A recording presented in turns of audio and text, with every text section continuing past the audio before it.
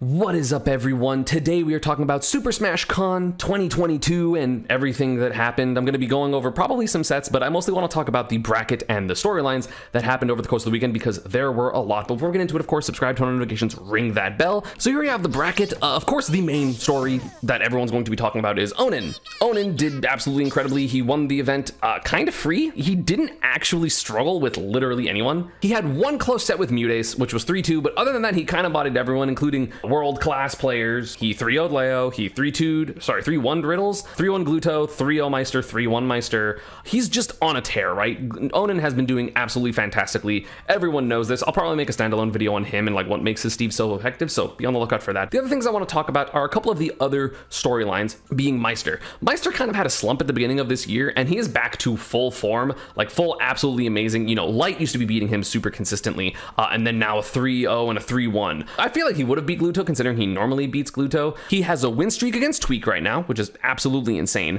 He's like he's won the last 3 or 4 against Tweak, and then of course he beat D-Dog. He beat Shattuck 3-0, which is honestly impressive considering Corin Game & Watch doesn't seem fun. And of course at number like 3 and 4 in the PGR North America, you have Gluto and Light still being absolutely consistent, absolutely dominant. Light only losing to Meister for 3rd place, and Gluto losing to Onin and Light. I love Light and Gluto sets. They're very fun to watch. It's probably some of my favorite sets. DeBuzz continues his top 8 streak, of course. And then of course a big story is Leo getting 5th. This is the worst performance that Leo has had at a tournament since the 33rd place at Umabura Japan Major back when Joker first came out, because I know he's gotten 4th a couple times. One of them at Gommel was to me. He's got 4th a couple of other times. Like I think he got 4th at Summit, or maybe that was 3rd, but he normally gets top 2, normally wins. But he got 5th here, which is a big deal, even though I'm not, you know, I don't consider it the biggest deal because again, he's still getting used to doing mostly Pyramithra and new characters are hard. I mean, that's the reason I don't really shame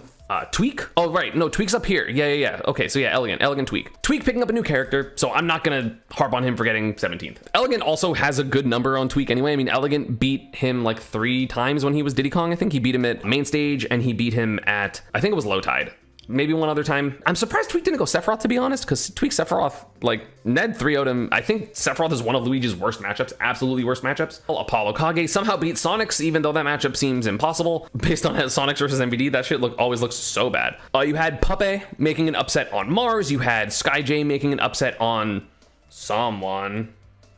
SkyJ 3-1 Cola. I'm sure that was off stream. Kind of surprised that this was a 3-0.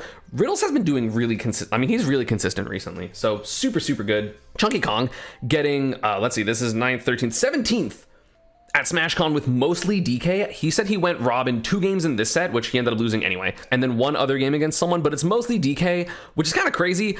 Shout outs to me being right about about Donkey Kong having that breakout. 17th? Yeah, that's pretty good in a major, man. That character sucks. The last notable story, in my opinion, is Regalo, the Lucas player, who got 9th, beating, I'm pretty sure, a couple of the Steves. 3-0'd Apollo Kage, which that blows my mind. Beat Waidu's Steve and also Yanni's Steve, both 3-1. So Regalo beat Siski? What? Oh shit. And Dambi? Damn, he has a hard bracket. What the? And he got 9th? Wow, this isn't even like an he's the upset bracket.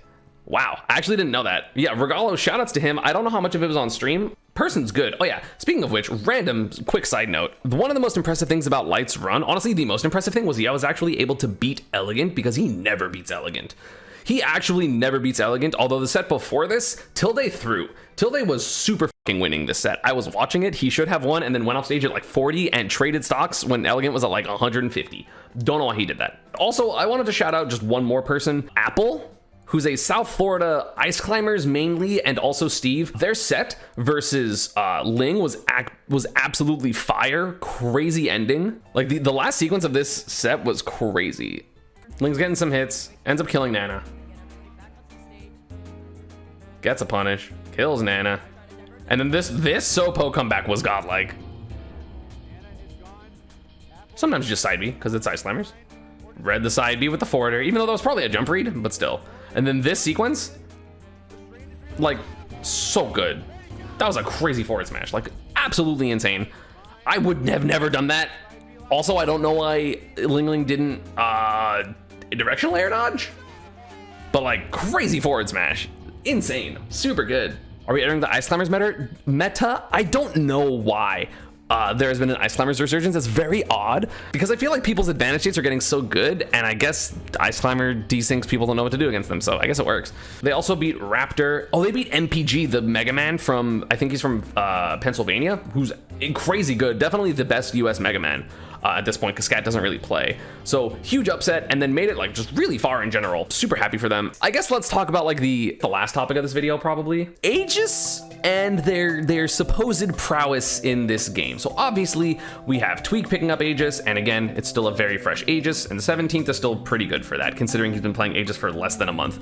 You have Leo going mostly Aegis nowadays, even though he didn't go Aegis versus Onin, which I think is because Leo probably got most of his Steve practice from before offline tournaments came back, because he hasn't really had to play that many Steves in bracket. So he was grinding Byleth in like the online era, and so he probably was the most comfortable with the matchup knowledge-wise, and was with Byleth because he played Byleth Steve the most, because he hasn't really been playing any Steves. He didn't go to the Invitational, so he didn't have to fight Yanni or Akola. He just, again, happens to not have many Steves in his bracket. I think he's played D-Dog before. The difference in level, no offense to D-Dog, between Quandale Dingle Ingleton and Onin is quite large. Like, Onin is actually fantastic. I do think Aegis is very good, but again, I will stand by my statement that I think Roy is a better character. Roy is more consistent, and Roy is less exploitable, even though, wow, some of Leo's edge trapping was actually fucked up. Like, I want to watch like one ledge trapping sequence. This ledge trapping was crazy. So he gets him in the air, he gets him off stage, because again, Aegis's advantage is super stupid. So gets him off stage. 69, Pyra, which, by the way, shout out to Leo, best color. Edge trapping, reaction. Like, he actually does edge trap him from an entire stock, which is crazy. Which is one of the reasons I am glad, that was also fantastic, that I have quick attack, because I don't have to worry about it. Like, look at that.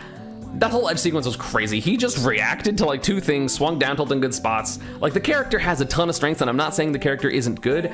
I just think they're maybe 5th at best. I think that there are plenty of applicably stronger characters as well as theory strong characters. And also, even in a lot of the sets that Leo was playing, like him versus Zenodo, I think it was. Oh, it was Rivers, sorry. Yeah, against Rivers, like, one of the games that, like, Rivers won game 1, and granted, I think Diddy maybe wins this matchup. Like, there were a couple of times that Rivers had pretty easy edge guards and missed and didn't get kills, and then would end up dying earlier. Like, this should be easy. That's just yeah, like, that was a pathetic edge guard. No offense to Rivers. Like, there, you just jump and monkey flip out, and then forward air. Like, that's all Aegis can do is air dodge, and you just punish the air dodge, and you have the tools to. So I don't know. That was a little, I mean, he was probably like 1 frame off, to be honest. Like 1, 2, 3, 4, 5, 6. Yeah, he was literally like perfectly imperfect. So again, not super blaming him, but a lot of people still aren't edge guarding Aegis correctly, and that's not even like a learn the matchup thing. Like, you have to learn a billion intricacies with Steve. It's just an edge guarding flowchart, which I feel like, again, edge guarding in general isn't super optimized in this game yet. That's why players like me can suddenly do really well against all these established players, is because we just knock them out of their recovery, like me versus Tweak, me versus Leo. Puppet does really well off stage as well. There are plenty of characters that suddenly do well because they can edge guard. What I think about the confetti situation, it was an accident, clearly. Like, it's fucking hilarious. For those of you that don't know what I'm talking about, Onin was up 2-0 against Meister, and then Meister ends up getting the first victory of a top 8 in North America with Sora, because there's that meme of like, Sora's bad and he doesn't win tournaments. And by accident, someone clicked the button of release the confetti when Sora won his first game, which is also like the first game Onin had lost to Meister, and then all the confetti falls, and it's so funny. What the? Production! What? What are you? Oh! That was for the first recorded Put it back! history. The first recorded Sora win in history. On stream. Oh my God! Put it back! That's literally one of the funniest moments I've ever seen in Smash. When I saw it yesterday, I was sobbing. I was just head in hands, just like, like it was perfect. It was one of the funniest things I've ever seen. And then Onin ends up winning, and there was more confetti. And let me know if you want me to go deeper into any of them. Again, I will be talking about Onin specifically because he deserves it. And again, let me know what other videos you want to see. Just in general, I'm always down to make content that y'all want, and I'll see you all next time. Pikachu busted.